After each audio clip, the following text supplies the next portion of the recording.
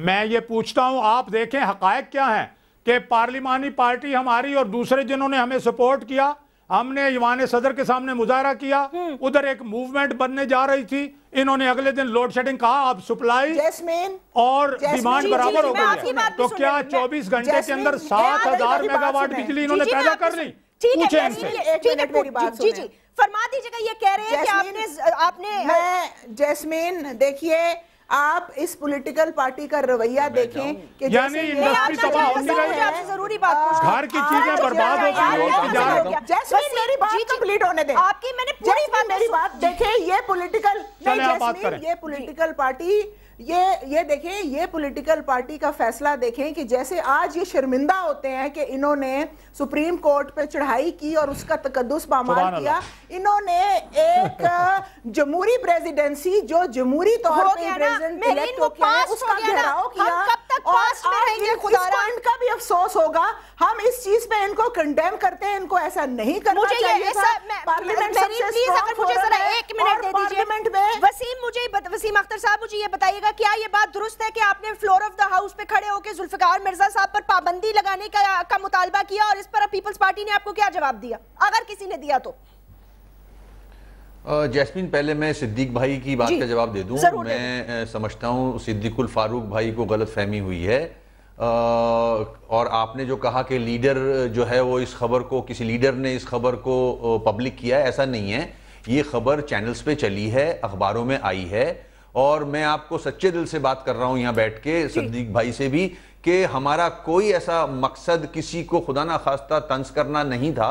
एक खातून की सूरत टेलीविजन पे आई कि उसका ज्यादती हो रही है, और फिर वहां का जो चीफ जस्टिस है हाई कोर्ट का पंजाब के, उसके भी जो डिसीजंस हैं वो यही हैं कि गलत फैसला टेररिस्ट कोर्ट ने किया है इनके लिए, और पुलिस ने भी गलत रिपोर्ट दी है, 10 दिन का रिमांड में भेज दिया उस खातून को।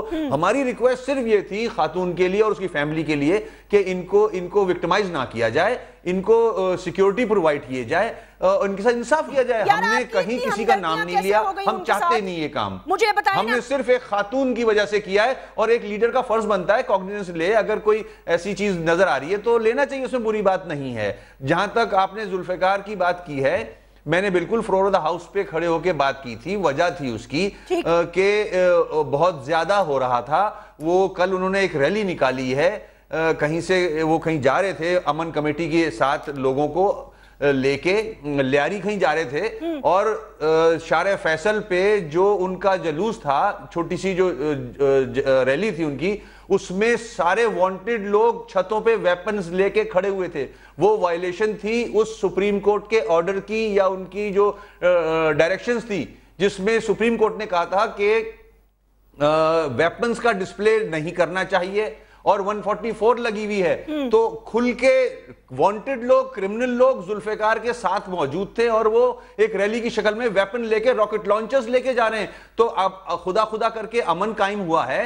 तो और फिर वो जो बयानात दे रहे हैं, उससे एक लीडर को वो क्रिटिसाइज कर, उनकी फॉलोइंग है उस लीडर की, खुदा ना खास्ता इश्तियाल फैल सकता है। क्यों फैल सकता है? आप तो उसको अहमियत ही नहीं देते। आप तो कहते हैं उसका पार्टी से भी कोई ताल्लुक नहीं है, मीडिया भी उसको सपोर्ट ना करे, कोई उसकी बात भी ना करे, उसके पास से भी कोई ना गुजरे, उसकी रैली भी छोटी सी थी, तो फिर आप उसको क्यों इतनी इंपॉर्टेंस दे रहे हैं? मैं खाली ये पूछना चाहती हूँ आपसे। पीपल्स पार्टी का उसकी वजह है कि वो अगर शहर का अमन खराब करने जा रहा है, उसको रोका जाए। उसने अपने घर के सामने वाली सड़क बंद कर दी है, और लोग तंग आए में, वहां जो रहते हैं आए में, उन्होंने सड़क बंद कर दी अपनी। वो ऐसा कोई बड़ा लीडर नहीं है, he is not MPA, he is nobody now.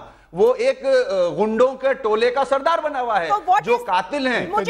तो अब सुने, अगर ये सब वायलेशन कर रहा है, तो आप उसकी रैली देखें। सिर्फ मैं आपके कैमरे पे ये तस्वीर दिखाता हूं, जो कि डॉन में सारी जगह देखिए, ये देखिए जरा। ठीक है, आप सही, ये जरा क्लोज अप करके देखें। अगर एक गुंडा बदमाश किसी के लीडर को बुरा भला कहेगा, उसकी फॉलोइंग है लीडर की, तो इश्तियाल फैल सकता है। हम नहीं चाहते कि सिंध में, कराची में अमन खराब हो। हम कोई भी नहीं चाहेगा ये। तो हमारी रिक्वेस्ट सदर साहब से ये है, प्राइम मिनिस्टर साहब से ये है, इंटीरियर मिनिस्टर से है, डीजी रेंजर से, आईजी से है कि ये इतनी सिक्योरिटी पुलिस की गाड़ियां इनके पास हैं, वो कैसे हैं? ये he is nobody. Wasim Akhtar साहब, if he is nobody then why did you stand up in the national assembly for him? एक तजवीज, दूसरी बात, एक तजवीज because he is using state force. Police उसके साथ कैसे है? तजवीज ये दूंगा, सुप्रीम कोर्ट मुझसे बात, मेरी बात को खत्म होने दें।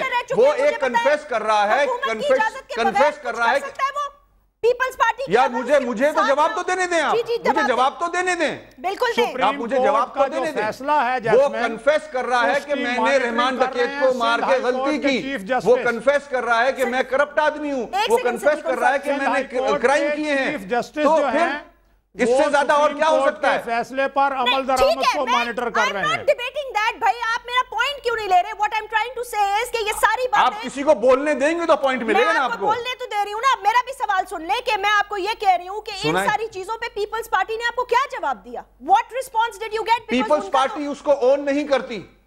Late me talk now. Peoples Party उसको ओन नहीं करती, ना उसको पीपल्स पार्टी ओन करती है, ना गवर्नमेंट ओन करती है, उसको कोई ओन नहीं करता है। फिर उसके पास सिक्योरिटी मौजूद है, गाड़ियां पुलिस की मौजूद हैं, और वो दंदनाता फिर रहा है। ऐसे आदमी पे तो एमपीओ लगना चाहिए, मेंटेनेंस और पब्लिक ऑर्डर, क्योंकि वो कुछ भी कर सकता है। अच्छा, नुकसान पहुंचा सकता है किसी को। वो नॉर्मल लगता ही नहीं है। ठीक है, मैं एक टेक्निकल क्वेश्चन, मैं जरा दो बातें कर लूं। जी आप कर बहुत जरूरी। जी जरूर कर लीजिए। पहली बात यह है कि एमक्यूएम इस वक्त हुकूमत में वापस चली गई है, सिंध हुकूमत में। ये उस हुकूमत का हिस्सा है जिस हुकूमत को ये इस टीवी चैनल के जरिए आपके प्रोग्राम में बार बार कह रहे हैं। उस हुकूमत को बाकायदा कहें, असेंबली में उठाएं, नंबर एक। नंबर दो, जो सुप्रीम कोर्ट का फैसला है उस पर अमल दरामद की मॉनिटरिंग कर रहे हैं सिंध हाई कोर्ट के चीफ जस्टिस, उनके पास लेके जाएं अगर वो इस तरह की बात कर रहे हैं। जा रहे हैं। तो इसके अलावा मैं ये अर्ज करूंगा, ये रॉकेट लॉन्चर कहीं इन्होंने बात की है? ये सारी जो तस्वीर दिखा रहे हैं, अगर इन तस्वीरों में रॉकेट लॉन्चर है तो वो भी पेश कर दें। तो इसलिए बजाय महज प्रोपेगंडा या महज बातें या महज नारे, तो इसको कंक्रीट स्टेप उठाएं ना। अगर आपको कोई खतरा है या वाकई वो लॉ एंड ऑर्डर का मसला पैदा कर रहे हैं, कंक्रीट स्टेप आप उठाएं। ये वो शख्स है जिसकी एडवोकेट ये बने हुए हैं। ये वो शख्स है जिसकी बात कर रहे हैं। ये इसने नवाज शरीफ साहब से कहा था कि आपका कोई भी ऑफिस सिंध में मैं नहीं चलने दूंगा, और क्या नाम है उनका, एहसन साहब ने ये जवाब दिया था कि ये पागल आदमी है, इसका क्या जवाब दूं मैं? ठीक नहीं, मेरा ये वो आदमी है। मेरा एक टेक्निकल सवाल ये है, सिर्फ just coming to the point. मुझे ये बताएं, आपने कहा उस पर पब्लिक मेंटेनेंस ऑर्डर भी लगता है and violation, gross violation of 144। Waseem साहब, आप खुद होम मिनिस्टर रह चुके हैं, मैं आपसे खाली ये पूछना चाहती हूँ, ये सारी रैली, ये दहशतगर्द, ये फलाना खुला, मैं लेके चल सकती हूँ शहर कराची की सड़कों पे? मैं निकल जाऊं अगर मेरी पुष्ट पनाही नहीं है किसी की, अगर I don't have any support, तो ये सारे मुझे भी इजाजत होगी? ये हुकूमत का हिस्सा है वसीम अख्तर साहब, ये हुकूमत है। तो जब भी मैं कह रहा हूं कि डीजी रेंजर्स को चाहिए कि इसका नोटिस ले, आईजी सिंध को चाहिए, क्यों नहीं एक्शन लेते? आईजी सिंध को चाहिए कि इसका नोटिस लें, डीजी रेंजर्स इसका नोटिस लें। ये गलत हो रहा है। वो सड़कें ब्लॉक करके बैठा है as if he is a big leader. Nobody, मतलब वो कोई भी चीज नहीं है। वो जिस नाम से पुकारा जाता है शहर में, सब जानते हैं।